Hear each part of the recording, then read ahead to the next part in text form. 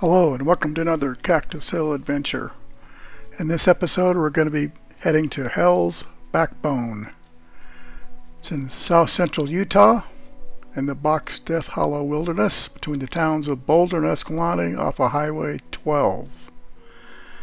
This route you're seeing on the map was the old route between Escalante and Boulder before Highway 12 was constructed. Here there's approximate location of Hell's Backbone. We're going to be coming from Posey Lake in the upper left hand corner of your screen. And here we're leaving the Posey Lake parking area. There's some picnic tables, a pit toilet, etc. This is really a beautiful little lake. It's a great place to stop, rest, relax, have some lunch, snack, just enjoy the serenity of the lake. We saw a couple eagles flying around there and some other wildlife, birds plentiful, etc. As we come up to this intersection, on the right will be the road up to the campground. And beyond that campground, we're going to show you a map of a trail that's above Posey Lake. It's about 1.5 miles. Looks like it'd have a great view of the lake. There's a gain in elevation of approximately 400 to 450 feet. There's the road to the campground and the trail to the right. And we're going to make a right turn here. If you do make a left turn, which we did in our last video on the Utah Aquarius Plateau, you'd head to Torrey and Bicknell in that area in the Loa Valley. As I mentioned earlier, we're going to be heading to Hell's Backbone, and Hell's Backbone Bridge is also there. Hell's Backbone is a rugged area that bridges between the towering Boulder Mountain on the north and the canyons cut by the Escalante River and its tributaries on the south. Here we're coming up on a road sign. It tells us if we go straight ahead, we're going to be heading to Escalante and the Blue Spruce Campground. And if we go right, we're going to go to Barker's Campground on 152. Here's a map to Barker's recreation area. It's about 1 hour and 16 minutes, 17 miles to there. There's a map of the campground. There's several group sites and an equestrian site as well. Also, there's the upper and lower Barker Reservoir. This is the upper Barker Reservoir. And here's a view from the mountains looking down into the valley below. Beautiful campsite area. We haven't been there, but we may go there this fall when we visit in September and October. All right, here we go back on the road. As you can see, it's a fall, and if you've watched any of our other videos, you know my wife and I love the fall colors. We never get tired of seeing them and are enjoying them, and I hope you do too.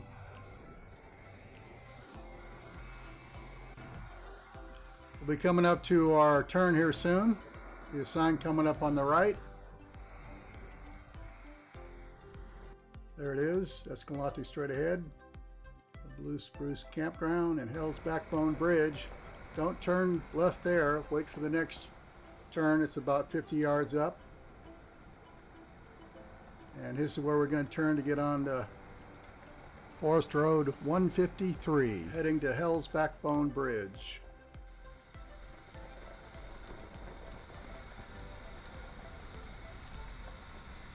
There's a sign telling you to share the road, and if you watched my last video that we had a little problem with that. But anyway, coming up here, we're going to slow it down a little bit. I'm going to show you the swell on the right there. That's actual Hell's Backbone, and that's where the bridge is located. That's where we're heading today. Most of this area is in the Dixie National Forest. The northern parts are in the Fish Lake National Forest. But as you can see, the road here is very, very good. I would still take some type of SUV. I wouldn't take a Toyota Camry or something like that on this road, but I've seen, you know, minivans, all-wheel drive minivans, things like that on this road. So you know the capabilities of your own vehicle, so go from there. But there weren't any potholes, any bad parts of this road that we saw. Now, if it rained or it's right after the snowfall, the spring melt, might be a different story, but we haven't been on the road during those type of conditions. Here we're encountering a gentleman on a bicycle, and as I always do, I slow down to try to prevent dust in him. I think that's the proper thing to do. And as you've noticed, I'm speeding up the areas that are pretty common just to get through the video. Here we're going to be coming up on a couple of hikers, I believe, and we're going to be coming up on the sign that shows us where Blue Spruce Campground is located. That'll be coming up here directly.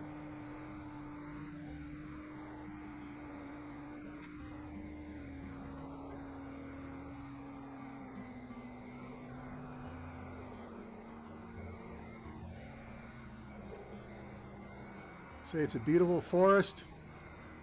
Sorry I can't give you the fragrance of the forest in the video, but definitely have your window down so you can smell the beautiful pine trees and their fragrance. Here we encounter a camping van. That's obviously a good choice on this road, no problem.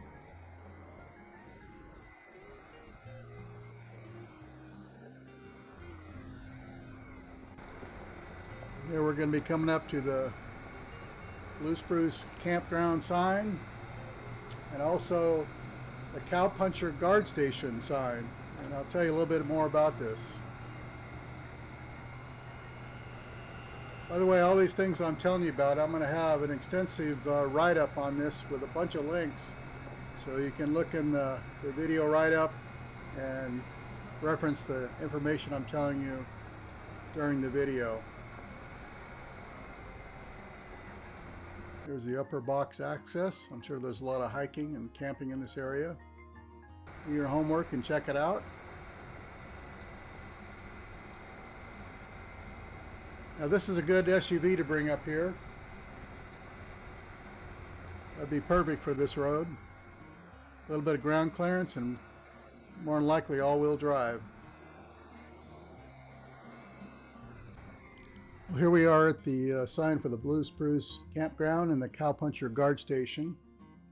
There's the sign for the Cowpuncher Guard Station, and this is a view of what is there. You can actually rent this. I think there's a minimum 2-night stay. I'll have a link so you can go there and check it all out. Here's the information center for the Blue Spruce Campground. Not sure which one is first.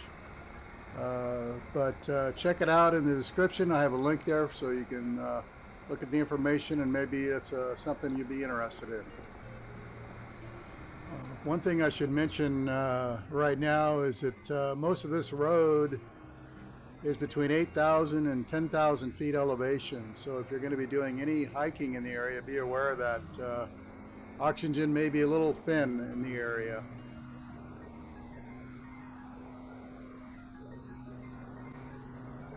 We'll be coming up to the bridge fairly soon. This road that runs between Boulder and Escalante is about 38 miles total distance. And as I mentioned earlier, the road's pretty good. Just check the conditions before you head out and go from there.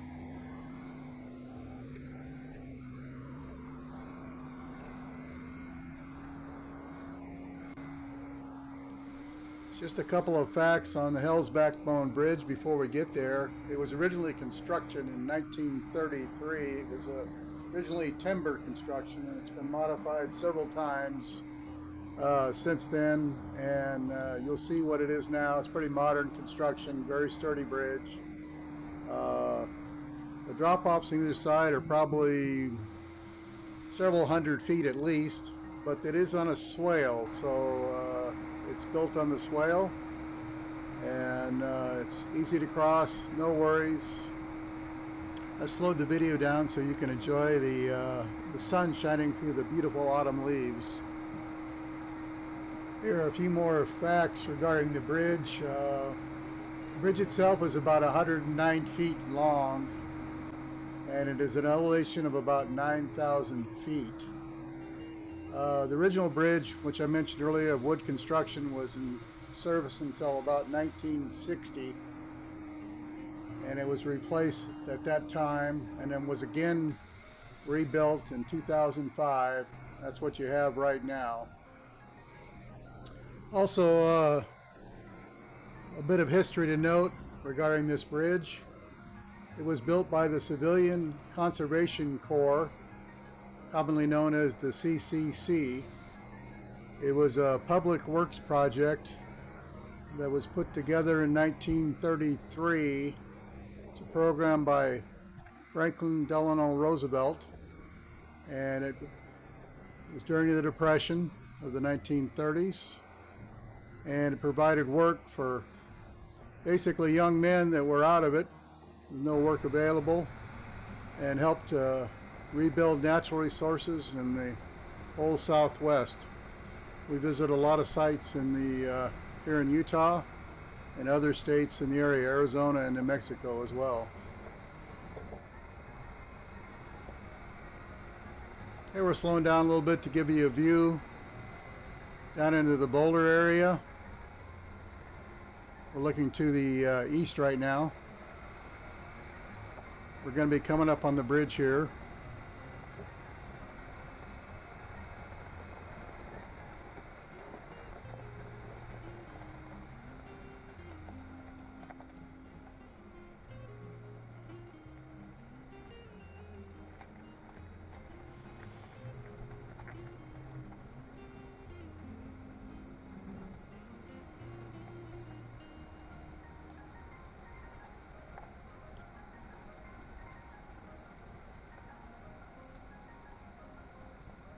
You can see here's a view of the bridge.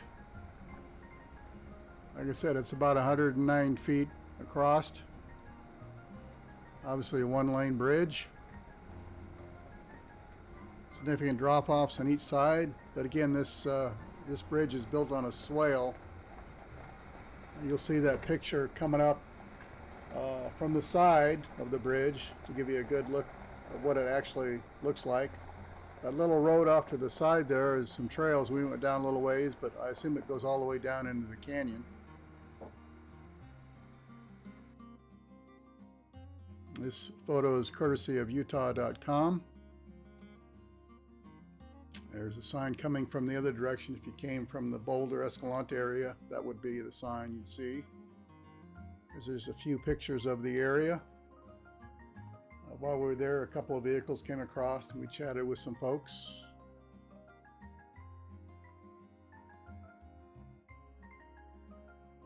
In beautiful area. Pictures never do it justice, of course.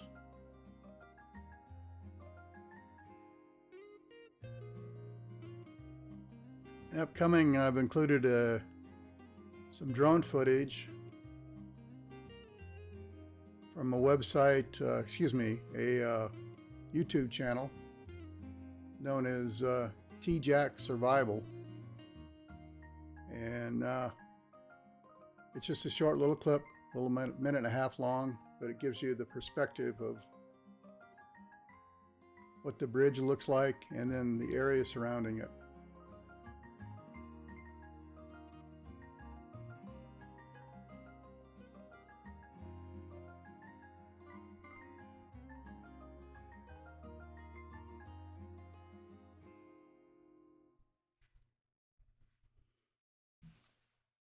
All right, we'll be coming up on the drone footage. Again, TJack Survival is the YouTube channel. This was done with the DJI Mavic in 1080p. And it gives you the perspective of how far down the canyons are. The reason I didn't fly my drone that day was it was pretty windy when we got there. And I just didn't want to put my drone in those conditions up in the air. So once again, I want to thank TJack Survival for the use of their footage. Go and check their channel out.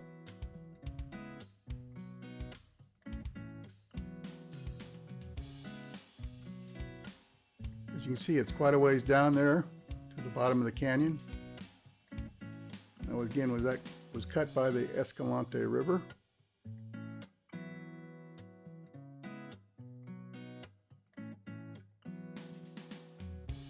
Here we're going to take a little run up the canyon, going to the west.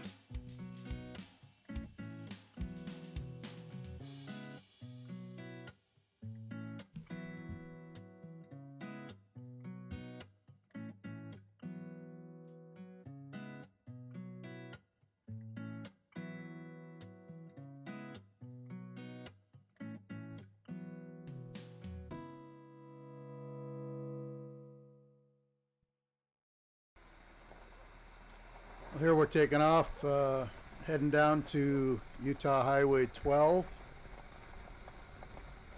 Another beautiful view of the distant mountains in the valley below. I'm going to be cutting most of this out till we get to the boundary of the Dixie National Forest there. There it is on the left. We'll be coming up to the intersection of Utah Highway 12 and Hell's Backbone Road here directly. I wanted to show you this so you know or have a good idea where to turn at if you're coming from Highway 12.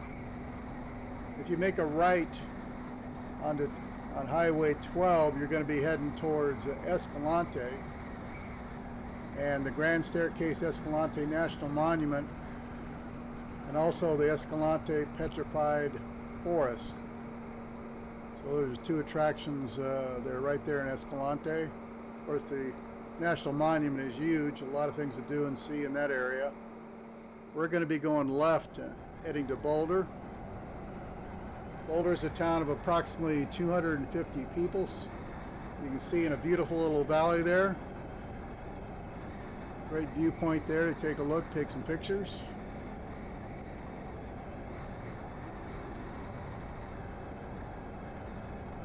While you're in Boulder, there's the Anasazi State Park, which is a very interesting museum of sorts of the history of the Anasazi people.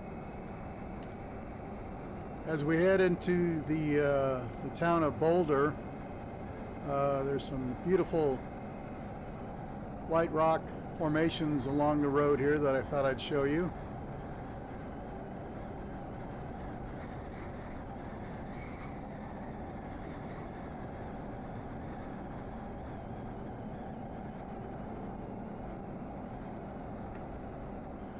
This area was one of the most remote locations in the United States for many, many years until this Highway 12 was built. Here we're coming up, they'll be assigned to the bird trail. The access to that is on the right here, coming up directly. That'll get you down the bird trail, the Capitol Reef National Park, down to Nottingham Bullfrog Road. Absolutely recommend doing that. Also, Long Canyon and Singing Canyon is on the bird trail road. Both great places to visit. On the right, we're going to see Hell's Backbone Kitchen. I highly recommend you stop in there and get something to eat. Great place to eat, good food, nice people. Here we pulled into this little gas station to kind of top off a little bit. The country store, groceries, ice, beer, pop, and film. We didn't go inside to check if they had the film, but I doubt they had any Kodak moments. Well, I hope you enjoyed our presentation of the Hell's Backbone Bridge and the surrounding area. And as I always like to remind you, you won't know if you don't go. Thanks for watching. It is sincerely appreciated. Take care, have fun, and be safe out there.